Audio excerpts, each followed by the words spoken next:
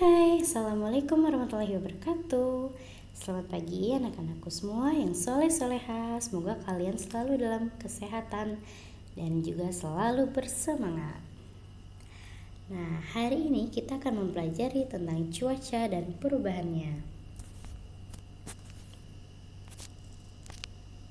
Tujuan pembelajaran kita yang pertama, anak-anak dapat menjelaskan tentang cuaca dimulai dari pengertiannya dan juga unsur yang mempengaruhinya. Dan yang kedua, anak-anak dapat menggali informasi tentang perubahan cuaca. Dan yang terakhir, anak-anak dapat menyimpulkan dampak yang ditimbulkan dari perubahan cuaca. Nah, apa sih itu cuaca? Cuaca adalah keadaan udara pada suatu tempat dalam waktu tertentu. Nah, lalu seperti apa ya simbol cuaca itu? Simbol cuaca ada 5. Yang pertama ada malam hari cerah, yaitu digambarkan adanya langit dan ada bulan dan bintang. Lalu ada hujan dengan digambarkan oleh awan yang hitam dan titik-titik air. Lalu ada yang awan hitam saja, yaitu menandakan mendung. Lalu ada gambar matahari menandakan cuaca yang cerah, dan ada matahari yang ditutupi oleh awan, yaitu menandakan berawan.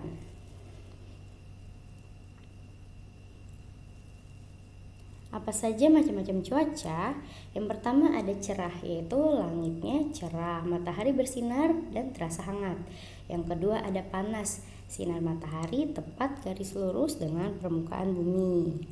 Lalu yang ketiga ada hujan, yaitu turunnya titik-titik air dari awan.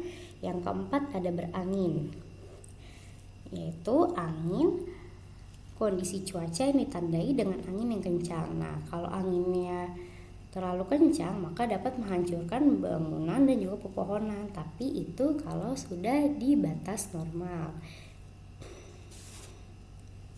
Lalu yang terakhir ada berawan, yaitu langit yang dipenuhi awan yang banyak. Nah, kalau berawan itu karena awannya banyak dan biasanya awan itu mengandung uap air. Nah, semakin banyaknya uap air maka akan mengakibatkan cuaca mendung. Nah, nanti kalau udah mendung akan terjadi hujan deh. Nah, di sini apa saja ya unsur cuaca? Yang pertama ada suhu lingkungan. Suhu lingkungan adalah keadaan panas atau dinginnya udara yang sifatnya menyebar rata maupun berbeda. Nah, semakin tinggi tempat, maka suhu udaranya semakin dingin. Contohnya kayak di Dieng atau di puncak. Semakin tinggi tempatnya, maka udaranya pun semakin dingin. Lalu yang kedua ada angin. Angin yaitu adalah udara yang bergerak dari daerah yang bertekanan tinggi ke daerah yang bertekanan lebih rendah. Perbedaan tekanan udara disebabkan oleh perbedaan suhu udara. Jika suhu udaranya tinggi, maka tekanan udaranya rendah. Nah, di sini ada tekanan udara. Lalu yang keempat ada kelembapan udara. Apa sih maksudnya kelembapan udara? Jadi gini, di udara itu terdapat air karena adanya penguapan dari bumi, adanya penguapan dari air laut maupun dari tumbuhan. Nah, makin tinggi suhu udara, maka banyak uap air yang dikandung di udaranya. Nah, jadi udaranya makin lembab. Nah, terus yang kelima ada curah hujan, yaitu jumlah air yang jatuh selama waktu tertentu dan di daerah tertentu. Nah, yang keenam ada sinar matahari. Yang ketujuh ada kondisi awan. Nah, bagaimana ya cara kita mendapatkan informasi tentang perakiraan cuaca?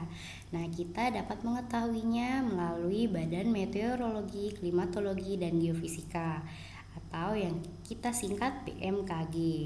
Nah, alat BMKG itu ada 4. Yang pertama ada termometer, yaitu untuk mengukur suhu udara. Yang kedua ada barometer, yaitu untuk mengukur tekanan udara. Yang ketiga ada hygrometer, yaitu untuk mengukur kelembapan udara. Dan yang terakhir ada anemometer, yaitu untuk mengukur kecepatan angin. Nah, perubahan cuaca.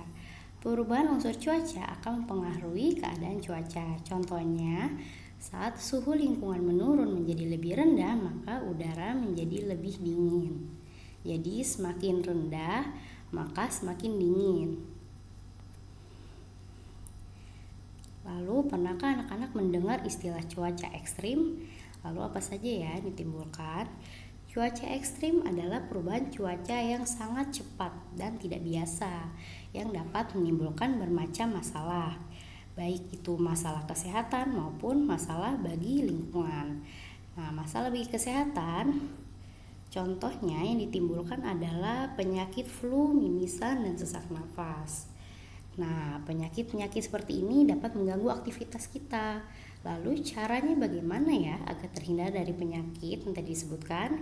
Yang pertama, menjaga kebugaran tubuh dengan olahraga, tidur yang cukup, dan makan makanan yang sehat dan bergizi. Yang kedua, hindari kontak langsung sinar matahari. Nah, yang ketiga ada menggunakan masker. Lalu kalau yang berdampak bagi lingkungan, contohnya adalah cuaca ekstrim seperti hujan badai, angin puting beliung, dan lain-lain. Sampai sini semoga bisa dipahami ya. Wassalamualaikum warahmatullahi wabarakatuh.